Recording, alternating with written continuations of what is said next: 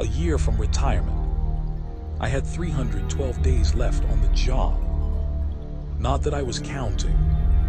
When you've worn the badge as long as I have, you don't think about retirement like it's freedom. You think about it like it's exile. The job becomes your spine. Take it away and you're just soft.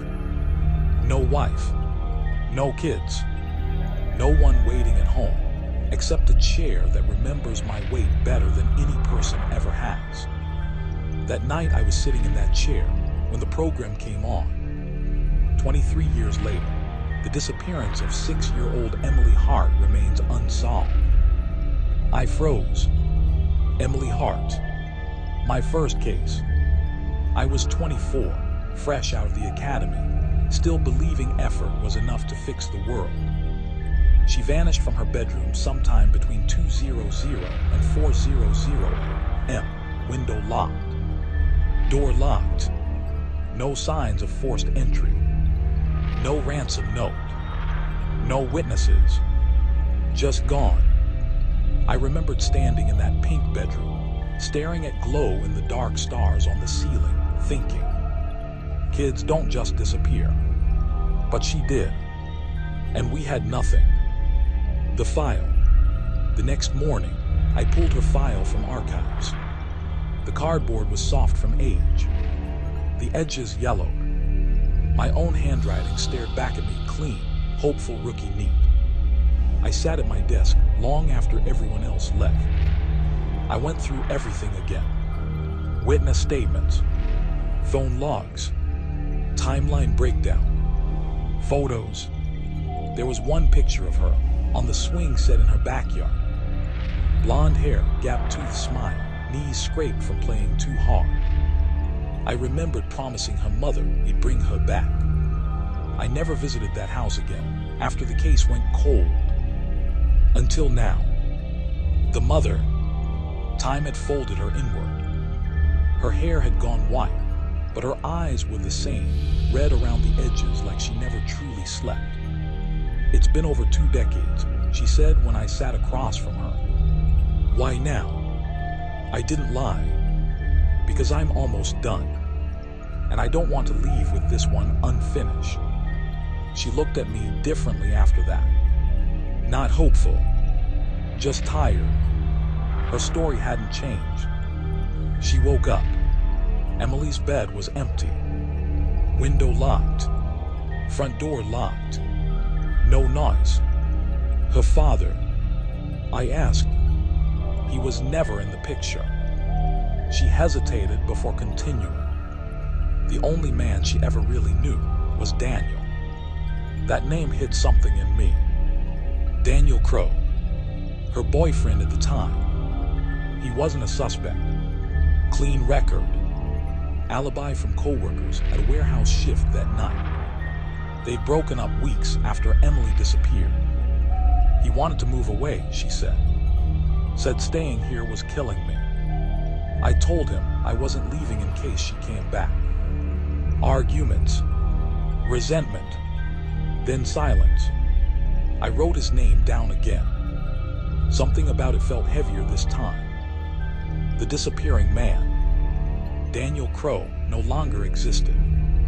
The address on file belonged to someone else now. A young couple who'd never heard the name. I dug deeper. Social Security inactive. Driver's license expired. Then I found it. A man matching his photo had resurfaced under a different name, 2 states over. And then again. And again.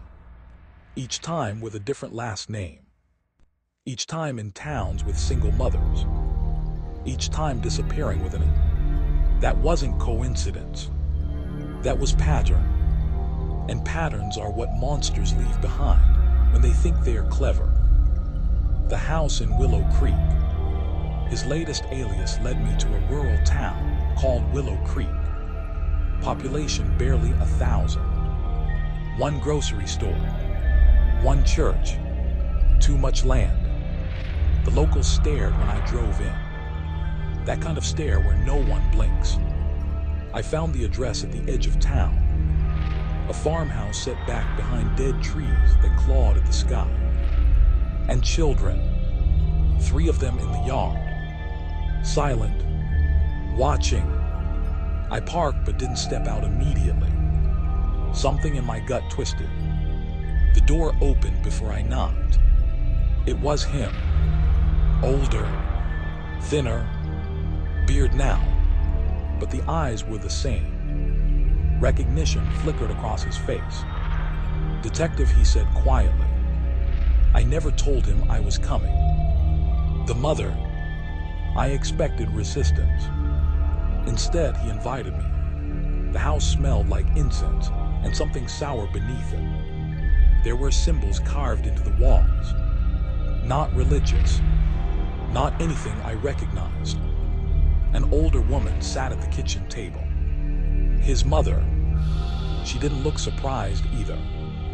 "You're late," she said. That's when my skin went cold. The cult. It wasn't a cult in robes and chanting circles. It was quieter than that. They called it the reclaiming. They believed children born into broken homes were spiritually fractured, that only through removal and rebirth into their family could they be made whole. They targeted single mothers. He'd date them, earn trust, learn routines, learn fears, and when the time felt right, the child would vanish. No forced entry, because he had access, because he had keys, because sometimes the mother handed him the child herself, just for an evening. Some children were raised here. Some were unfit. I didn't ask what that meant.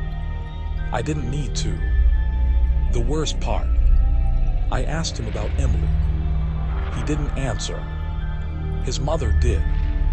She was special, she said, smiling faintly. Strong spirit. She fought. My throat closed. Where is she? The old woman tilted her head. Would it ease your heart to know she didn't suffer long? The room felt smaller. The children outside had stopped moving, just staring through the window, watching, waiting. The basement. I drew my weapon when I heard it. A soft knocking. From below. 3 knocks. Pause. 3 knocks. My heart started slamming against my ribs. He lunged. I fired. The sound was deafening inside that house. He dropped. The old woman didn't scream. She just laughed. I kicked open the basement door. The stairs creaked under my weight. And at the bottom, a room. Not old bones. Not graves. Children. 5 of them. Alive. Drugged. Silent. But alive. The ending that won't leave me. We pulled 6 bodies from the property over the next week. Emily was one of them. She'd been there the whole time. Buried less than 50 feet from where those other children were being raised. I attended the funeral. I didn't wear my badge. Her mother held my hand like she used to when I was a rookie, and she still believed I'd bring her back. "I knew you'd come back to her," she whispered. I didn't feel like I deserved that. 312 days. I still have 312 days left. The department calls it a victory. A solved cold case. A cult dismantled. But at night, when the house is quiet, I hear knocking. 3 knocks. Pause. 3 knocks. And sometimes, I think it's coming from beneath my floor.